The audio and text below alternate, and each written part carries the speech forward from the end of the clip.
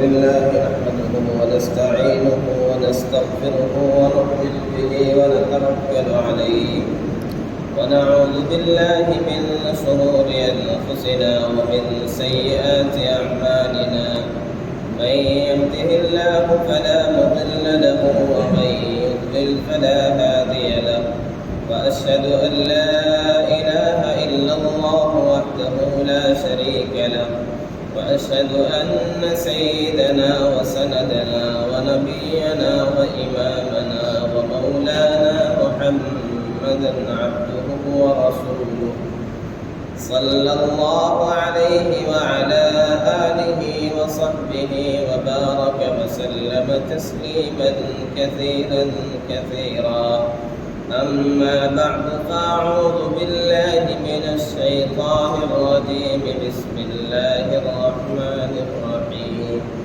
ولا تحسبن الذين قتلوا في سبيل الله أمواتا بل أحياء عند ربهم يرزقون.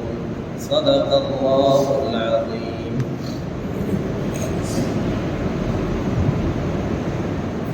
یہ غازی یہ تیرے پرسرار بندے، یہ غازی یہ تیرے پرسرار بندے، جنہیں تو نے بخشا ہے ذوق خدائی. تو نیم ان کی ٹھوکر سے صحرا و دریا، سمٹ کر پہاڑ ان کی ہیبت سے رائی. دو عالم سے کرتی ہے بیگانہ دل کو، عجب چیز ہے لذت آشنائی. شہادت ہے مقصود و مطلوب مومن، نہ مال غنیمت نہ کشور کشائی. محترم بزرگوں اور دوستو، محرم الحرام کی آج 9 تاریخ ہے، سن 1445 ہجری ہے. ماہ محرم یہ حرمت والا مہینہ ہے، عظمت والا مہینہ ہے. اس ماہ مبارک میں نواسے رسول، جگر گوشے بطول سیدنا حسین ابن علی رضی اللہ تعالی عنہما کی شہادت کا سانحہ پیش آیا. اس حوالے سے ہمیں یہ غور کرنا چاہیے، شہدائے اسلام نے، نواسے رسول نے، صحابہ کرام نے دین کے لیے بڑی قربانیاں دی ہیں. ہم دین کے لیے کتنی قربانی پیش کرتے ہیں؟ دین کے لیے ہماری جان، ہمارا مال، ہمارا وقت، ہماری صلاحیتیں کتنی استعمال ہو رہی ہیں. انہوں نے تو قربانیاں دی اور اس کے نتیجے میں بلند مقام حاصل کیا، وہ زندہ جاوید ہو گئے. ہم ان کے نام لیوا ہیں، ان کی محبت کا دم بھرنے والے ہیں، اپنے آپ کو حسینی کہتے ہیں، نبی کا عاشق کہتے ہیں، شہداء کا عاشق کہتے ہیں. کیا ہم بھی ان کے نقش قدم پہ چل کے دین کے لیے، اسلام کے لیے قربانیاں دے رہے ہیں؟ سب سے پہلی چیز جب واقعہ کربلا کا تذکرہ ہے، شہداء اسلام کا تذکرہ ہے، تو ہمیں پہلے اپنے بارے میں سوچ لینا چاہیے. ہمیں صرف یہ کہہ کے پدرم سلطان بود، ہمارا باپ تو بادشاہ تھا، یہ کہہ کے مسئلے کا حل نہیں نکل جائے گا. یہ کہہ کے ہماری راحت کا یا ہماری نجات کا ذریعہ نہیں ہو جائے گا کہ ہمارا باپ تو ایسا تھا، ہمارے اجداد تو ایسے تھے، ہمارے اسلاف تو ایسے تھے. ہم کیا ہیں؟ ہم سے ہمارے بارے میں پوچھا جائے گا. دوسری بات جو کہ میں نے پچھلے جمعے میں بھی کہا تھا، جو دروس ہیں، جو اسباق ہیں، ان کا انشاءاللہ تذکرہ ہوگا. ہمیں کیا کرنا چاہیے اس پس منظر میں؟ کیونکہ بہت کچھ بیان کیا جاتا ہے. ماہ محرم میں جگہ جگہ مجالس ہوتی ہیں، جلسے جلوس ہوتے ہیں، ادھر سے بھی ادھر سے بھی. علماء ربانیین یہ کہتے ہیں، ہمارا موقف یہ ہونا چاہیے، الامساک عما حصل بین المسلمین فی العصر الاول من المعارک والحروب. کہ مسلمان کی شان یہ ہے، مسلمان کی حالت یہ ہونا چاہیے کہ خاموشی اختیار کرے. اس میں غور و خوض کرنا، اس کے پیچھے پڑ جانا اور فیصلے کرنے لگنا کس کا کیا کردار تھا، کس نے کیا رول ادا کیا، یہ اس سے ہمیں بچنا چاہیے. پہلے دور میں جو کچھ حادثات ہوئے ہیں، جو جنگیں ہوئی ہیں، خاص طور پہ مسلمانوں کے درمیان جو ہوئی ہیں، اس بارے میں ہمارا موقف یہ ہونا چاہیے کہ ہم غور و خوض کے چکر میں نہ پڑیں۔ صحابہ کرام رضوان اللہ علیہم اجمعین کے درمیان جو اختلاف ہوا اسے علماء کیا کہتے ہیں؟ مشاجرات صحابہ۔ شجر سے لفظ ہے، صحابہ کا جو اختلاف ہوا اسے کہتے ہیں مشاجرات صحابہ۔ شجر درخت، اس کی شاخیں آپس میں الگ الگ ہوتی ہیں لیکن جڑ ایک ہوتی ہے، ملی ہوتی، نیچے یکساں ہوتے ہیں، آپس میں رحم دل ہوتے ہیں، ایک دوسرے کے ساتھ محبت کرنے والے۔ شاخیں اگرچہ الگ الگ ہو جائیں تو یہ آپس میں رحم دل تھے، محبت کرنے والے تھے، ایک دوسرے کے خیر خواہ تھے۔ یؤثرون علی انفسہم ولو کان بہم خصاصہ، اپنے اوپر ایک دوسرے کو ترجیح دینے والے، خود بھوکے رہنے والے، دوسروں کو کھلانے، ان کی یہ شان ہے۔ یہ ہمارے لیے ایک آزمائش کا ذریعہ ہے کہ جو کچھ حادثات رونما ہوئے، اب ہم کیا کرتے ہیں؟ بجائے اس کے کہ ہم دین کے لیے قربانی دیں، ہم فیصلے کرنے لگ جائیں، بس اسی کو لے کے بیٹھ جائیں کس نے کیا کیا ہے، اس کا کیا کردار ہے، اور خاص طور پہ اس لیے روکا جا رہا ہے۔ اگر قرآن و حدیث کی بات ہوتی تو معاملہ دو دو چار کی طرح واضح ہوتا، لیکن تاریخی چیزیں اور اس میں واضح نہیں ہو پاتا، اس میں صحیح غلط سب کچھ ہے، رتب و یابس سب کچھ ہے تاریخ میں، موضوع روایتیں بھی ہیں، صحیح بھی ہیں، دونوں طرف سے یعنی دونوں رخ آپ کے سامنے آئے گا، آپ خود حیران ہو جائیں گے، سر پکڑ کے بیٹھ جائیں گے کیا کیا جائے۔ سب سے آسان طریقہ کیا؟ الامساک، کف اللسان۔ عمر بن عبد العزیز رحمۃ اللہ علیہ فرمایا کرتے تھے، تلک دماء طہر اللہ منہا یدیہ، یہ خون بہے ہیں اسلامی تاریخ میں، اللہ تعالیٰ نے میرے ہاتھوں کو ان سے محفوظ رکھا، میرا ہاتھ شامل نہیں تھا کہ میں کسی کا خون بہاؤں۔ فلا احب ان اخضب بها لسانی، میں یہ نہیں چاہتا ہوں کہ اپنی زبان استعمال کر کے اپنی زبان ان کے خون سے رنگین کروں، میرے ہاتھ تو ان کے خون میں نہیں رگے، لہذا میں اپنی زبان کو بھی رنگنا نہیں چاہتا، لہذا میں خاموش رہتا ہوں، میں کوئی فیصلہ نہیں کرتا ہوں کون کیسا تھا۔ البدایہ والنہایہ میں ایک واقعہ نقل کیا گیا ہے، اس زمانے جاہلیت میں ایک شخص تھا جس کا نام تھا عامر بن ضرب۔ اس کے پاس لوگ اپنے فیصلے لے کر کے آیا کرتے تھے، خاص طور پہ کوئی ایسا مسئلہ جو آسانی سے حل نہیں ہو رہا تو اس کے پاس لے کر کے آیا کرتے تھے۔ ایک بار ایسا ہوا کہ ایسا مسئلہ پیش آیا کہ کچھ لوگ آئے، انہوں نے کہا کہ ہمارے درمیان ایک ایسا شخص بھی ہے جس کے بارے میں پتہ نہیں چلتا یہ مرد ہے یا عورت ہے، اب اس کی وراثت کا مسئلہ ہے، یعنی اس کے مرد کا آلہ ہوتا ہے وہ بھی ہے، جو مؤنث کا آلہ ہوتا ہے وہ بھی ہے، تو ہم حیران ہیں اس کی وراثت کے بارے میں کیا فیصلہ کریں۔ اگر مرد تسلیم کرے تو الگ حق ہے، اگر اسے عورت مانتے ہیں تو اس کا حق الگ ہے وراثت میں، لہذا ہم کیا کریں؟ اسے مرد مانیں تو زیادہ دیں، ڈبل دیں، عورت تسلیم کرے بحیثیت بیٹی تو سنگل ملے گا، کیا فیصلہ کریں؟ یہ عامر بھی خود پریشان ہو گیا، اسے سمجھ میں نہیں آ رہا تھا کیا فیصلہ کرے، کیا بتلائے، اسے مرد مانا جائے، لڑکا مانا جائے، لڑکی مانا جائے۔ لوگ اس کے یہاں ٹھہرے ہیں، میزبانی کر رہا ہے، مہمان نوازی کر رہا ہے، بکریاں اس کی آئے دن ذبح کر کے پیش کی جا رہی ہیں مہمان نوازی میں۔ اس کی ایک خادمہ تھی، ایک باندی تھی جس کا نام سخیلہ تھا۔ اس نے ایک دن کہا کہ جناب بکریاں تو سب ختم ہو گئی، ایسے ایسے سب ختم ہو جائیں۔ اس نے کہا آپ کو اس سے کیا واسطہ ہے، تم اپنا کام کرو، تمہارے ذمہ بکریاں چرانا ہے، تم بکریاں چراؤ۔ جب اس خادمہ نے بہت اصرار کیا تو عامر نے بتایا کہ ایسا ایسا مسئلہ درپیش ہے، میں بہت پریشان ہوں، کوئی فیصلہ نہیں کر پا رہا۔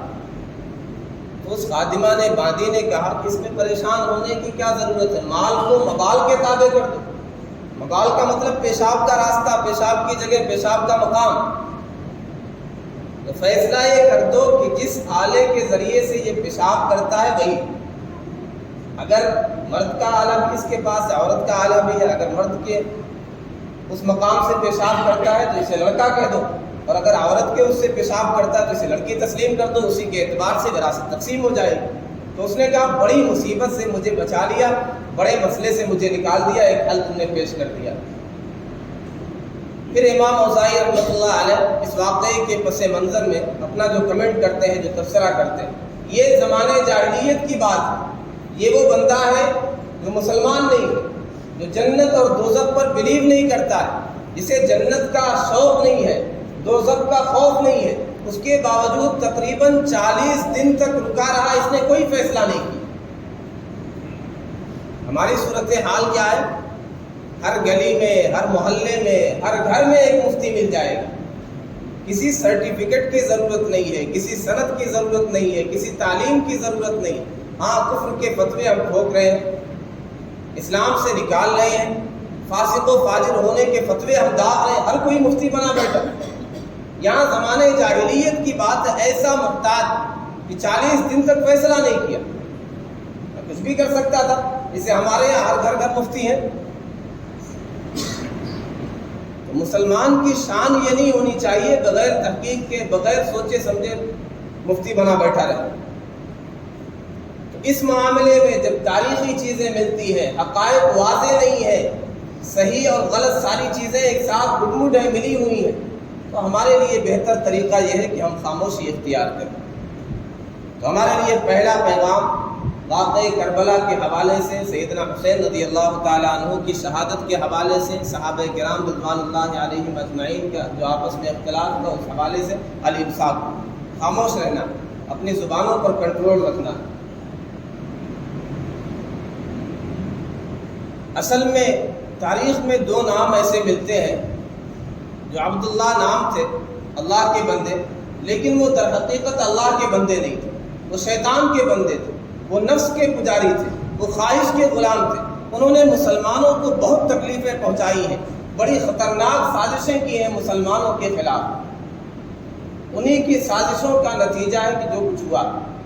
ایک کا نام تھا عبداللہ ابن ابی ابن سلول، یہ رئیس المنافقین، منافقوں کا سردار۔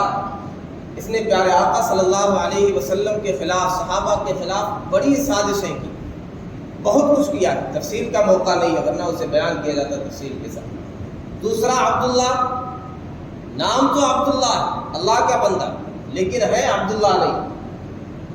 دوسرا عبداللہ ابن سبا، یہ یمن کا رہنے والا ایک یہودی تھا، اس نے کلمہ پڑھا لیکن اندر اس کے خود سے باطن تھا، باطن میں نجاست تھی، گندگی تھی، مسلمانوں سے حسد تھا، بغض تھا، مسلمانوں میں اختلاف چاہتا تھا، مسلمانوں کو ٹکڑے ٹکڑے کرنا چاہتا تھا، مسلمانوں کی ترقی دیکھ نہیں سکتا تھا، لہذا اس نے اسلام کا چولا، اسلام کا لبادہ پہنا اور یہاں آ گیا۔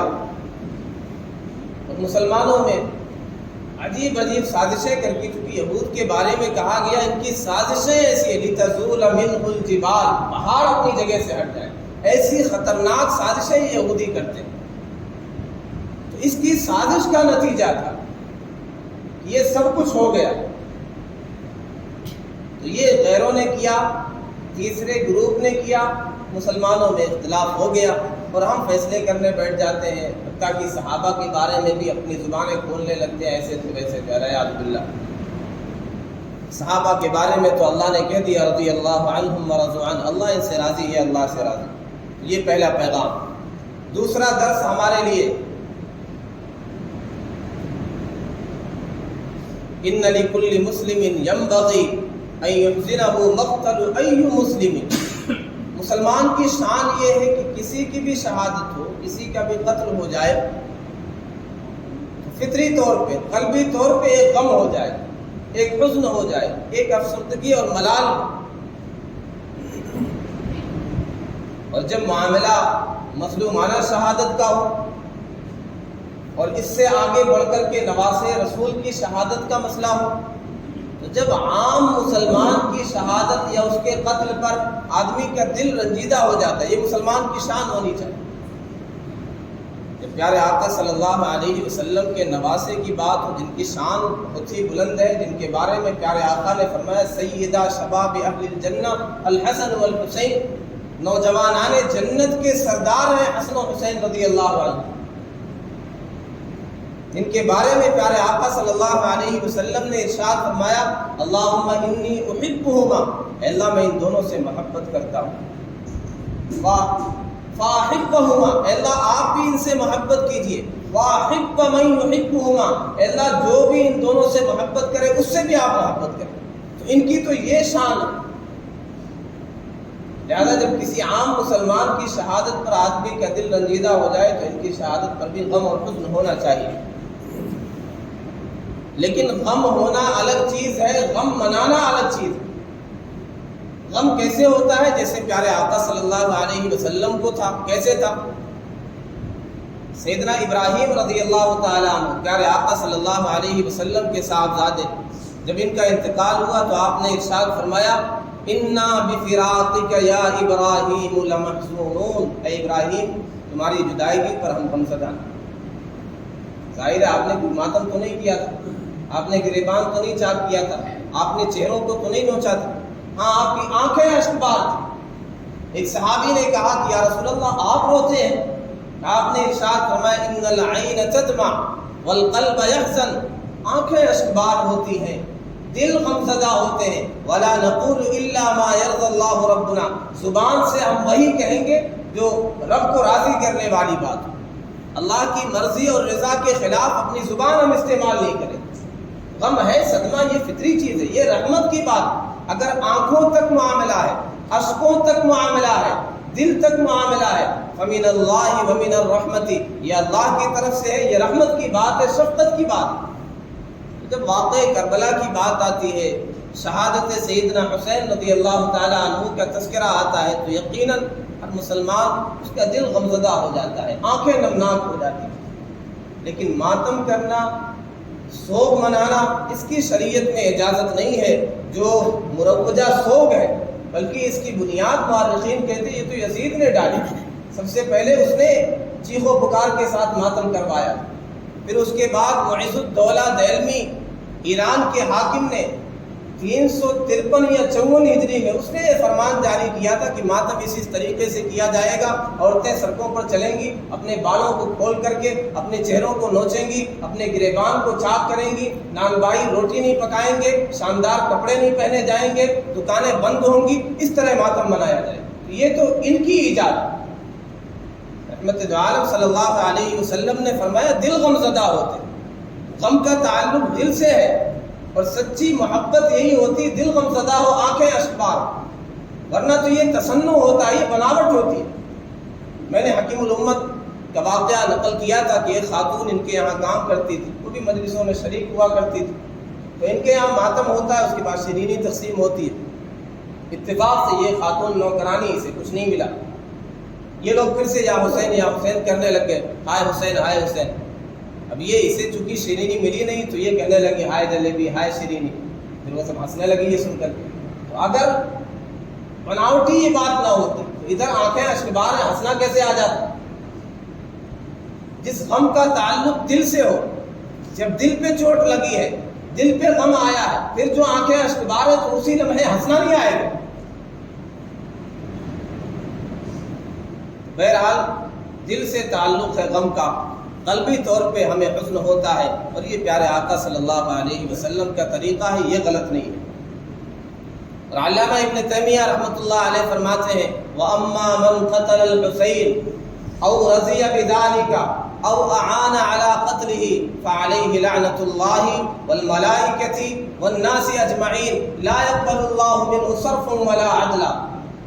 جس نے سیدنا حسین رضی اللہ تعالیٰ عنہ کو قتل کیا ہے، جو اس پر راضی ہوا ہے، اور جس نے کسی بھی طرح سپورٹ کیا ہے، تعاون کیا ہے، ان سب پر اللہ کی لعنت ہے، فرشتوں کی لعنت ہے، تمام انسانوں کی لعنت ہے۔ اللہ تعالیٰ ایسے لوگوں کا نہ فرض قبول کرے گا نہ نفل قبول کرے گا، ان کی کوئی عبادت قبول نہیں۔ یہ بدترین مجرم ہے، یہ بدترین شریر ہے، فاسق ہے، خائن ہے۔ تو یہ اہل سنت والجماعت کا موقف ہے، جو بھی شریک تھے، جو بھی اس سے راضی ہیں، جنہوں نے بھی تعاون کیا، سب پر اللہ کی لعنت ہے۔ دوسرا پیغام ہمارے لیے یہ ہے کہ قلبی طور پہ تو حزن ہوتا ہے، اور جو بھی شریک تھے وہ ملعون ہیں، اور ماتم کرنا، غم منانا، جس طریقے سے مروجہ ماتم ہوتا ہے، ڈھول تاشے بجانا، یہ تو عقلی طور پر بھی آدمی حیران ہوتا ہے، یہ کیا حماقت کی بات ہے۔ دردناک حادثہ، اسلاف یہ کہتے ہیں، علماء یہ کہتے ہیں، تاریخ کا دردناک حادثہ پیش آیا ہے، اس پر ڈھول تاشے بجائے جائیں اور پھر شیرینی تقسیم کی جائے، ڈیگیں لگائی جائیں، سبیلیں لگائی جائیں۔ سیدنا حسین رضی اللہ تعالیٰ عنہ نے ہمیں ایک یہ بھی درس دیا تھا کہ اپنے نانا جان کو، پیارے آقا صلی اللہ علیہ وسلم کو یہ دیکھا تھا کہ 10 محرم الحرام کو آپ روزہ رکھتے ہیں۔ سیدنا حسین رضی اللہ تعالیٰ عنہ تو اس دن روزہ تھے۔ جو حسینی ہوگا وہ روزہ رکھے گا، جو سیدنا حسین رضی اللہ تعالیٰ عنہ کا عاشق ہوگا وہ شیرینی تقسیم نہیں کرے گا، وہ حلیم نہیں پکائے گا، وہ ڈیگے نہیں چڑھائے گا، وہ سبیلے نہیں لگائے گا، وہ بھوکا اور پیاسا رہے گا، وہ روزہ رکھے گا۔ پیارے آقا صلی اللہ علیہ وسلم کی سنت ہے، اور یہ بھی آپ نے ارشاد فرما دیا تھا کہ اگر میں اگلے سال زندہ رہا تو چونکہ ہمارا اصول یہ ہے خالف الیہود والنصارى، یہود و نصارہ کی مخالفت کرنی ہے، لہذا اس میں بھی مخالفت کرنی ہے، عبادت میں بھی، کہ اگلی سال اگر میں زندہ رہا تو ایک روزہ اور ملا لوں۔ لہذا فرمایا صوموا قبلہ او بعدہ یوما، 10 محرم سے پہلے یا اس کے بعد بھی ایک دن کا روزہ رکھا کرو تاکہ ان کی مخالفت ہو جائے یہود۔ سیدنا موسیٰ علیہ السلام کی یادگار بھی یہ دن ہے 10 محرم الحرام۔ اللہ تعالیٰ نے نجات عطا کی انہیں، ان کی قوم کو فرعون سے، اس کے ظلم سے، اس کے لشکر سے۔ یہ بتلا دیا گیا ظالم بہرحال تباہ ہو کر کے رہے گا، اللہ کے نیک بندوں کو فتح ملے گی، سعادت ملے گی، نصرت ان کا ساتھ دے گی۔ ہمارے لیے واقعہ کربلا سے، سیدنا حسین رضی اللہ تعالی عنہ کی شہادت سے یہ بھی پیغام ہے، یہ بھی تاریخ میں ملتا ہے کہ سیدنا حسین رضی اللہ تعالی عنہ نے کہا کہ آج میرے لشکر میں وہ بندہ شامل نہیں ہوگا جس کے ذمے کسی کا قرضہ، جس نے کسی کا قرضہ لے رکھا ہے وہ میرے ساتھ نہیں آئے۔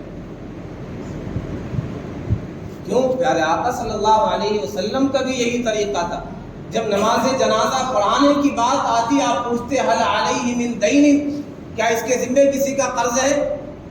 اگر یہ کہا جاتا ہاں، تو اگر کوئی تیار ہوتا ادائیگی کے لیے تب تو آپ نماز پڑھا دیتے، اگر کوئی تیار نہیں ادائیگی کے لیے بلکہ آپ کے پاس وسعت ہوتی تو آپ خود ادا کر دیتے، پھر آپ نماز جنازہ پڑھاتے، اور اگر کوئی انتظام نہیں تو آپ کہتے صلو علی صاحبکم، تم اپنے ساتھی کی نماز جنازہ پڑھ لو، میں نہیں پڑھوں گا۔ اس کے معاملات ٹھیک نہیں تھے، قرضے کی حالت میں جا رہا، قرضہ لے کر کے قرضہ ادا نہیں کیا، کوئی انتظام بھی نہیں کیا، پیچھے وراثت بھی نہیں چھوڑی، لہذا میں تیار نہیں نماز جنازہ پڑھانے کی۔ ہمارے معاشرے میں تو عام چیز ہے، یعنی یہ کہا جاتا لام بڑھیا لے معلوم ہے، دال بڑھیا دے نہیں معلوم، بس ملنا چاہیے، لے لیا، پھر جس نے دیا ہے وہ بھکاری کی طرح مانگتا رہتا ہے، تاریخ پہ تاریخ۔ ایک لطیفہ مشہور ہے، ایک آدمی اپنا قرضہ مانگنے کے لیے ایک شخص کے پاس گیا، وہ چھت پہ چڑھ گیا، اس نے اعلان کیا لوگوں میں جا رہا ہوں خودکشی کرنے، اور اس کا ذمہ دار یہ بندہ ہے جو نیچے کھڑا ہے، یہ بار بار قرضے کا مطالبہ کرتا ہے۔ اس نے کہا ایسا نیچے اتر آؤ، آدھا قرضہ معاف ہے۔ وہ نیچے آ گیا، اس نے کہا اب آدھا تو دے دو، تو بڑا آسان ہے، جیسے آدھا معاف کرائے ایک بار چڑھنے کی بات ہے۔ تو یہ صورتحال ہے، یہ کاروباری لوگ ہیں، سب جانتے ہیں، کتنا پریشان ہوتے ہیں معاملات کے حوالے سے، لوگ قرضہ لے لیتے ہیں تو دینا نہیں جانتے، اور حسینی بنتے ہیں، یا حسین کہہ کے کوئی حسینی نہیں بن جائے گا، ان کے نقش قدم پہ چل کے، ان کی سیرت اختیار کر کے، ان کی طرح پاکیزہ معاملات کر کے بندہ حسینی بن سکتا ہے، ورنہ حسینی کہنے سے حسینی نہیں ہو جائے۔ سیدنا حسین رضی اللہ تعالی عنہ کے ساتھ ان کی زوجہ بھی ہے محرم الحرام میں، یکم محرم الحرام سے لے کر کے 10 محرم الحرام تک گھر والے بھی ہیں۔ ہمارے یہاں کیا ہوتا ہے، یہاں شاید نہ ہوتا ہو، بہت سے علاقوں میں یہ ہوتا ہے کہ جیسے محرم الحرام آتا ہے بہوؤں کو بھیج دیا جاتا اپنے گھر جاؤ، بیٹیوں کو، شادی شدہ بیٹیوں کو بلا لیا جاتا ہے۔ کیا فیصلہ ہے؟ ایک نئی شریعت نافذ کی جاتی ہے۔ اب میاں بیوی ایک ساتھ نہیں رہ سکتے، جن کی نئی نئی شادیاں ہوئی رہتی ہیں وہ بیچارے پریشان ہو جاتے ہیں، وہ لاکھ منت سماجت کریں، بیوی بھی جانے کے لیے تیار نہ ہو میں کہ لیکن نہیں، ایک نئی شریعت نافذ ہوگی. اب محرم الحرام آ گیا, میاں بیوی ایک ساتھ نہیں رہ سکتے. تو شریعت سے, دین سے کوئی تعلق نہیں, حسینی ہونے سے اس کا کوئی تعلق نہیں. سیدنا حسین رضی اللہ تعالیٰ عنہ ان کے ساتھ تو ان کی زوجہ ہے محرم الحرام میں. یہ غم اور سوگ منانے کا ایک طریقہ ہے جو ہم نے اپنی طرف سے ایجاد کر لیا, اور میں نے بتلا دیا شریعت میں غم منانا, سوگ منانا اس کی اجازت نہیں. کتنی اجازت ہے, کسی کا انتقال ہو جائے 3 دن تک سوگ منانا ہے, اس میں بھی گریبان پھاڑنا, چہروں کو نوچنا, جاہلیت کی طرح چیخ و پکار کرنا, اس کی اجازت نہیں.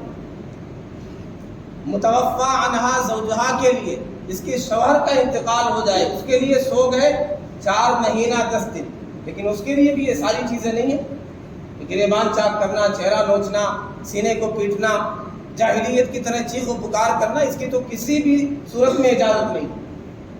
صحیح بخاری کی روایت ہے, لیس منا من لطم الخدود وشق الجیوب ودعا بدعوى الجاہلیہ. اس کا ہم سے کوئی تعلق نہیں ہے جو اپنے چہرے کو نوچے, چہرے کو مارے, گریبان کو چاک کرے اور جاہلیت کی طرح چیخ و پکار کرے. تو یہ یعنی گریبان پھاڑنا, چہرہ نوچنا, یہ بھی ایک اس طرح کا سوگ ہوتا ہے. اس کے علاوہ بہت سے سوگ ہم نے طے کر لیا کہ نیا کپڑا نہیں پہنا جائے گا, اچھا کھانا نہیں بنایا جائے گا, شادی نہیں کی جائے گی. یہ سب بھی ہم نے اپنی طرف سے سوگ بنا لیا. شریعت میں اس کی کوئی حیثیت نہیں. شریعت ہمیں ان چیزوں کا حق نہیں دیتی ہے, لہذا یہ چیزیں غلط ہے. اور ماتم منانا جیسے غلط ہے, اسے دیکھنے جانا, اس میں شریک ہونا, یہ بھی ایک طرح سے غلط ہے. من کسر سواد قوم فهو منهم, جس نے کسی قوم کی تعداد کو بڑھایا, کسی قوم کی رونق کو بڑھایا, وہ بھی انہی میں شمار ہو. ہمارے لیے اس واقعے, اس حادثے سے یہ بھی پیغام ہے. سیدنا حسین رضی اللہ تعالیٰ عنہ نے, تاریخ میں یہ بھی ملتا ہے کہ آ کر کے کہا اپنے لوگوں سے, مجھے ایک چادر ایسی دے دو جو بوسیدہ ہو, بہت صاف ستھری, بہت شاندار, عالیشان نہ ہو. کیونکہ یہ خطرہ رہتا ہے جب کسی کو شہید کر دیا جاتا ہے تو کپڑے اتار لیے جاتے ہیں. سیدنا حسین رضی اللہ تعالیٰ عنہ تو حیا کے پیکر تھے, نبی کا پورا خاندان صبر و حیا کا پیکر. انہیں پتا تھا کہ پیارے آقا نے فرمایا الحیاء شعبۃ من الایمان, حیا تو ایمان کا بہت بڑا شعبہ ہے. لہذا فرمایا ایک چادر دے دو تاکہ وہ کپڑے کے نیچے سے الگ سے وہ چادر باندھ لی جائے. خدا نہ خواستہ اگر کچھ کیا جائے کپڑوں کے ساتھ تو یہ چادر تو رہے. جو حسینی ہوگا وہ حیا والا ہوگا. یہ تاریخی چیز ہے, اگر نہ بھی ہو تو بہرحال وہ حیا کے پیکر تھے. ہماری صورتحال کیا حسینی بنتے ہیں ڈھول بجا کر کے, محرم الحرام کو جلوس نکال کر کے, لیکن حیا کی کوئی فکر نہیں. شرم و حیا کا جنازہ نکل جائے اس کی کوئی پرواہ نہیں. ہمارے معاشرے میں کیا ہوتا ہے, مغرب بعد اور صبح فجر کے بعد چڈی پہن کے لوگ گھوم رہے, نیکر پہن کے گھومتے رہتے ہیں.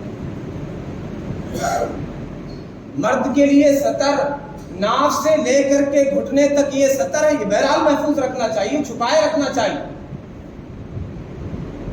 اور اسے کھولنا یہ غلط ہے, ناجائز ہے. لوگ چڈی پہن کر کے گھومتے رہتے ہیں, کھانا کھا کے عشاء کے بعد نکلنے گھوم رہے, گھر والوں کے سامنے, ماں کے سامنے, بہن کے سامنے بیٹھے, اور ماں کے سامنے کیا مجلس میں نکل رہے ہیں, گھوم رہے ہیں, تو گھر والوں کے سامنے تو بدرجہ اولا یہ سب کریں. تو اسے غلط نہیں سمجھا جاتا ہے. اور بلکہ بعض لوگ تو ایسا لباس پہنتے ہیں, نماز میں آگے کھڑے ہو جائے تو کسی مفتی صاحب سے پوچھا ایک صاحب نے کہ اگر کوئی بندہ اس طرح کے جینس پہنے رہے, وہ نماز پڑھے کہ رکوع میں جائے تو وہ پیچھے سے کھل جاتا ہے, تو کیا مسئلہ, اس کی نماز ہوگی کہ نہیں؟ مفتی صاحب نے کہا اس کی نماز کا تو پتہ نہیں, جو پیچھے والا اس کی نماز نہیں. تو ایسا بھی لباس لوگ پہنتے ہیں کہ ٹھیک ٹھاک کھل جاتا ہے پیچھے سے. مسلمان تو حیا والا ہوتا ہے. پیارے آقا صلی اللہ علیہ وسلم کا خاندان تو حیا کے اعلیٰ مقام پر. سیدنا عثمان غنی رضی اللہ تعالیٰ عنہ, ان کے بارے میں پیارے آقا نے تعریف فرمائی, الا استحی من رجل تستحی منہ الملائکہ, کیا میں ایسے بندے سے حیا نہ کروں فرشتے جس سے حیا کرتے ہیں. یہ صفت تو انتہائی محمود ہے, جس کے اندر حیا ہو گئی وہ سراپا خیر ہے, وہ نیکیوں میں آگے بڑھتا ہی چلا جائے گا. اور جس میں حیا نہیں وہ کچھ بھی کرتا, وہ تو کچھ بھی کر سکتا ہے. وہ حسینی کبھی نہیں ہو سکتا. لہذا حسینی لشکر میں اگر شامل ہونا چاہے تو کیا چڈی پہن کے سیدنا حسین اجازت دیں گے کہ آ جاؤ میرے لشکر میں شامل ہو جاؤ؟ پتہ نہیں کیا کیا بن کے لوگ گھومتے ہیں پیکی اور پتہ نہیں کیا سیدنا حسین کہیں گے میرے؟ وہ تو اس پہ راضی نہیں ہے کہ اس کے ذمہ قرضہ ہو میرے لشکر میں شامل ہو جائے. وہ تو اس پہ راضی نہیں ہے کہ مرنے کے بعد بھی ان کے کپڑے اتار لیے جائیں اور بے ستر ہو جائیں. حالانکہ مرنے کے بعد آدمی مکلف نہیں ہے، لیکن اس حد تک احتیاط، ایسے حیا کے پیکر ان کے نام لیوا تو ہمارے اندر کچھ تو شرم و حیا ہونی چاہیے. اور سب سے بڑا پیغام جو ہم سب جانتے ہیں اور بار بار اس کا تذکرہ آ رہا ہے، بس اسے تذکرہ کر کے اور بات مکمل 1 منٹ میں، کہ آپ نے فرمایا جب ظہر کا وقت آیا کہ لڑائی روک دی جائے، نماز کا وقت ہے، پہلے نماز پڑھی جائے گی. تو انہوں نے جواب دیا، تاریخی طور پہ جو بات، انہوں نے جواب دیا کہ نہیں، لڑائی نہیں روکی جائے گی. میں ٹھیک ہے، جانے جائے یہ منظور ہے، رگے جان کٹ جائے یہ گوارا، لیکن نماز چھوٹ جائے یہ منظور نہیں. جو حسینی بننا چاہتا ہے اس کا بھی یہ طریقہ کار ہونا چاہیے کہ جان چلی جائے منظور ہے، لیکن نماز نہیں چھوٹنی چاہیے، نماز نہیں چھوٹنی چاہیے. یہ حسینی کی شان ہوتی ہے. حسینی نمازیں چھوڑنے والا. بس ایک بات اور 1 منٹ میں آخری بات، سیدنا حسین رضی اللہ تعالیٰ عنہ یزید کے خلاف نکلے تھے، اس لیے نہیں کہ سیدنا حسین کا وہ قاتل ہے. ہم بھی یزید سے دشمنی رکھتے ہیں، بغض رکھتے ہیں، تاریخ جو بتلاتی ہے. کیوں؟ قاتل حسین سمجھ کر کے. سیدنا حسین وہ قاتل سمجھ کے نہیں نکلے تھے. ظاہر قتل کا معاملہ تو بعد میں پیش آیا. وہ کس لیے نکلے تھے؟ وہ یہ سمجھتے تھے کہ یہ غلط طریقے پر ہے، یہ سنت کا مخالف ہے. تاریخ جو بتلاتی ہے وہ حقیقت کیا ہے میں نے بتلا دیا، تاریخ میں ساری چیزیں پتہ. بہرحال جو تاریخ بتلاتی ہے کہ غلط سمجھتے تھے، نمازیں چھوڑنے والا سمجھتے تھے، تارک سنت سمجھتے تھے، زانی اور شرابی سمجھتے تھے. تاریخ جو بتلاتی اس لیے نکلے تھے. تو ان کی مخالفت کی اپنی ایک دلیل تھی. ہماری مخالفت کی بس یہ ایک دلیل ہے کہ وہ سیدنا حسین رضی اللہ تعالیٰ عنہ کا قاتل ہے. اگر سیدنا حسین رضی اللہ تعالیٰ عنہ کی دلیل ہماری دلیل ہو جائے، یعنی قاتل سے تو بہرحال ہم نے کہہ دیا پہلے کہ اس پر لعنت ہے، اس سے نفرت ہے ہی، لیکن سیدنا حسین رضی اللہ تعالیٰ عنہ کا مزاج یہ ہو جائے کہ جو بھی سنت کا مخالف ہے، جو بھی نمازیں چھوڑنے والا ہے، جو بھی حرام کام کرنے والا ہے، وہ سیدنا حسین اس کے ساتھ اس پر بیعت کرنے کے لیے تیار نہیں، اس کے ساتھ کھڑے ہونے کے لیے تیار نہیں. تو ہمارا مزاج بھی یہ ہو جائے، ہماری بھی یہ دلیل ہو جائے، تو لاکھوں یزید ہمارے ارد گرد گھوم رہے ہیں. ایک یزید کی بات نہیں ہے. کتنے ایسے ہیں جو نمازیں نہیں پڑھتے ہیں، کتنے ایسے ہیں جو سود کھاتے ہیں، کتنے ایسے ہیں جو حرام کاری کرتے ہیں. ہماری ان سے دشمنی نہیں ہے، ہم ان کے ہم نوالا ہم پیارا ہیں، ان کے ساتھ اٹھتے بیٹھتے ہیں، ان سے یاری اور دوستی ہے، سمجھاتے بھی نہیں، برائی سے روکتے بھی نہیں، اور ان کے ساتھ ہم نوالا ہم پیارا ہو گئے. تو حسینی ایسا تو نہیں ہوتا ہے. حسینی نبی اکرم صلی اللہ علیہ وسلم کی سنت کی مخالفت کرنے والے کو کبھی پسند نہیں کرتا، اس کے ساتھ نہیں رہتا ہے، اس کی بیعت نہیں کرتا ہے، نمازیں چھوڑنے والے کے ساتھ نہیں رہتا ہے، سود خوری کرنے والے کے ساتھ نہیں رہتا ہے. تو ہم اگر حسینی ہونے کا دعویٰ کرتے ہیں یا ان کے لشکر میں شامل ہونا چاہتے ہیں یا محشر میں ان کے قدموں میں جگہ چاہتے ہیں، تو وہی مزاج ہمارا بھی ہونا چاہیے کہ جیسے قاتل حسین سے نفرت ہے، ایسے مخالف سنت سے نفرت ہونی چاہیے، حرام کام کرنے والے سے نفرت ہونی چاہیے، نمازیں چھوڑنے والے اس کے اس عمل سے، ان ساری چیزوں سے نفرت ہونی چاہیے اور اسے سیدھے راستے پر لانے کی کوشش ہونی چاہیے، جیسا کہ سیدنا حسین نکلے تھے سیدھے راستے پر لانے کے لیے ایک غلط شخص کو. اللہ تبارک و تعالیٰ کہنے سننے سے زیادہ عمل کرنے کی توفیق عطا فرمائے. ہم سب کو سچا پکا حسینی بنائے. الحمدللہ رب العالمین.